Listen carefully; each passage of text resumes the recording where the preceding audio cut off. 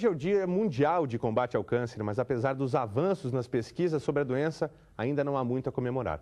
A cada ano, ocorrem quase 500 mil novos casos só no Brasil. A boa notícia é que algumas mudanças simples no hábito podem reduzir as chances de surgimento da doença, que mata cerca de 7 milhões e meio de pessoas por ano em todo o mundo. E é sobre esses hábitos que conversamos agora com o oncologista Dr. Luciano Biella. E você pode tirar suas dúvidas sobre esse assunto pelo 3331-5748. Boa tarde, doutor. Boa tarde, Rafael. É um prazer estar aqui podendo conversar um pouquinho sobre prevenção de câncer. Prazer é nosso em recebê-lo. Como é que funciona a prevenção? Tem que ser pela prevenção mesmo, porque afinal de contas, 500 mil todo ano, por mais que se trabalhe, avança, né? Realmente é um número assustador mesmo, né? Um volume desse de incidência de câncer, ainda mais hoje em dia que a população do Brasil está vivendo mais tempo, né? E é uma doença crônica, né? E a gente sabe que hoje a maioria dos tumores malignos, eles estão entre, acho que 70% a 80%, são tumores esporádicos, relacionados a fatores ambientais, às exposições, né, aos nossos hábitos de vida do dia a dia, né? Então, se a gente tiver o cuidado de mudar algumas atitudes nossas no dia a dia, a gente consegue prevenir essa doença tão perigosa. Para quem está em casa saber, se você identificar antes, você consegue consegue curar mais fácil, consegue ter um combate à doença mais fácil. Que sinais são o câncer tem? Assim, na verdade, quanto mais precoce nós fizermos os diagnósticos, maior é a chance de cura desse paciente. Então, a gente sabe que hoje, por exemplo, um dos grandes vilões na incidência do câncer mundial, eu digo, é o tabagismo. Então, se a gente conseguir combater o tabagismo de uma forma tanto ativa como passiva, a gente vai conseguir prevenir o câncer de boca, o câncer de pulmão, o câncer de garganta, câncer de esôfago, câncer de bexiga. Então, é uma maneira do hábito de vida que você vai conseguir prevenir essa patologia. Uma outra forma é a mudança do hábito alimentar, a gente tem uma alimentação mais saudável, rica em frutas, verduras, legumes, né, que ajudam a prevenir o câncer de cólon e reto. Então, são coisas pequenas no dia a dia que fazem a diferença no futuro. Ligue para cá, a tua participação, estamos esperando, o telefone é o 3331-5748. Doutor, mas, por exemplo, um câncer na boca, né, que é o foco principal da campanha deste ano. Como é que a pessoa sente que está... É uma afta? O que é? Pois é, hoje estamos fazendo a campanha, a 20ª campanha de prevenção e diagnóstico precoce de câncer de boca, lá na Boca Maldita, com o Dr. Sassi. Na verdade, o câncer de boca está muito relacionado, como eu falei, no cigarro, né? As pessoas que têm o hábito de fumar, no decorrer da sua vida, vão estar mais propensos a desenvolver esse tumor. Uma má higiene dentária também colabora com o aumento dessa incidência. E, na verdade, seriam pequenas lesões, por exemplo, uma afta, que a gente sabe que a afta no dia a dia, ela tende a começar a ter um meio e um fim. Uma semana, um pouco mais duradoura ali, uma semana, mais ou menos, uma afta já teria uma resolução, né? Agora, uma afta que persiste 15 dias, 20 dias e que não melhora, ou uma perda de mobilidade da língua, alguma coisa relacionada a isso, lesões esbranquiçadas na mucosa da boca, né? Então, é muito importante, assim, até a participação do dentista, que é, digamos assim, o grande responsável por estar verificando a nossa boca, a nossa higiene dentária, né? E que possa identificar uma lesão precursora maligna e poder encaminhar para um oncologista para poder fazer um tratamento mais adequado. Nós temos uma participação para o telefone. Boa tarde, Suzana. Boa tarde, tudo bem? Tudo bem. Qual a sua pergunta? Tudo jóia. Eu gostaria de saber sobre a influência psicológica nessa doença. Até que ponto o estresse, a correria do dia a dia, a tristeza, a depressão pode estar ligada nesse processo aí sobre o câncer?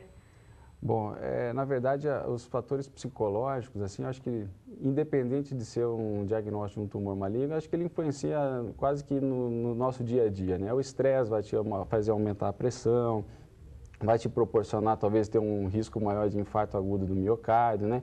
Então, a gente tem uma qualidade de vida boa, a gente tem que ter um pouco de lazer na vida, temos que reservar um espaço para nós fazer um pouquinho do que você gosta de fazer, que isso vai ajudar a sua saúde, né? Então, temos que procurar uma saúde saudável mental, alimentar e de hábitos, né? Isso acho que vai ajudar muito a gente a diminuir a incidência. Faça como a Suzana, ligue para cá, o telefone é o 3331-5748. Doutor, mas é aquela coisa, quem está bem, né? Bem de cabeça, tudo, tem menos chance. Isso, tem menos chance. Acho que a gente tem que levar a vida de uma vida regrada, uma vida saudável, procurar né, nessas pequenas mudanças, como eu falei, alimentação, ter uma alimentação rica em frutas, verduras, legumes, isso faz a diferença, né? Não quer dizer que a gente não possa comer carne, Rafael. A gente pode, tem que comer um pouquinho, mas a gente tem que regrar, sabe? Não, eu também como carne, então a gente tem que regrar um pouquinho assim, mas a gente tem que procurar se cuidar. A Organização Mundial da Saúde, Rafael, relata que a terceira causa de morte evitável no mundo é o tabagismo passivo. Ou seja, se a gente prevenir a pessoa que fuma, a gente vai estar ajudando as pessoas que não fumam a se prevenir também. Então, são esses cuidados que a gente tem que ter como cidadão, né? Como uma atitude de cidadania. Quer dizer, o número de casos aumenta todo ano, mas o tratamento melhora também, né? Está desenvolvendo. Com certeza. Hoje em dia, se a gente sabe que a gente tem um diagnóstico precoce, a gente consegue usar a mão de terapias mais possíveis de cura. Ou seja, a gente sabe que hoje os tratamentos oncológicos, eles giram em torno da cirurgia, né? Do tratamento da radioterapia e do tratamento da quimioterapia. E essas duas modalidades, a rádio e a quimio, vem evoluindo muito no decorrer dos anos, né, e das décadas. Então, a radioterapia hoje temos equipamentos mais modernos que conseguem irradiar as áreas, né, cancerígenas com maior precisão. As quimioterapias hoje são mais modernas e a gente tem menos efeitos colaterais, então o tratamento está sendo mais tranquilo.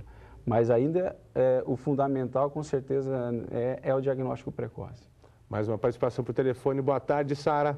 Boa tarde. Qual a sua pergunta? A minha pergunta é o seguinte, uma pessoa que constantemente bebe, já foi fumante há muitos anos, tá? E ela tem afta, digamos assim, surge afta hoje, cicatriza, daí semana que vem já tem outra e outra e outra, consecutivamente, assim, meses, sempre tendo. Eu acho que assim, toda lesão, toda uma alteração anatômica não normal no nosso corpo, assim, que venha a surgir, que seja uma coisa, né, que perdure por um tempo, merece ser avaliado por um médico, merece ser avaliado por um dentista, né, para que possa acompanhar de perto, né? Nem sempre todas as lesões são malignas, né? Na campanha que o Dr. Sassi faz, mais ou menos uns 80% do público, ele identifica alguma lesãozinha que, na verdade, talvez só 5% das lesões se confirmam como um tumor maligno. Então, existem muitas lesões que não são, mas precisa de um acompanhamento, precisa de um especialista para estar trabalhando isso e poder fazer um diagnóstico melhor, né? A pessoa ainda tem muito medo do diagnóstico?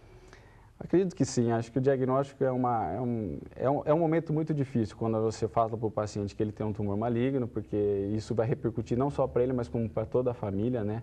É diferente da pessoa, você tem pressão alta. Pressão alta é muito grave, mas às vezes não mobiliza tanto quanto você chegar a uma pessoa que tem e falar, o senhor tem um tumor maligno, um câncer, o senhor precisa tratar. Então, é uma fase muito difícil essa do diagnóstico e, assim, o paciente ele tem que aceitar esse diagnóstico, tem que procurar um especialista onde ele tenha confiança, segurança, uma equipe bem treinada, né, que tenha um sincronismo no diagnóstico, no tratamento. O tratamento é multiprofissional hoje, né?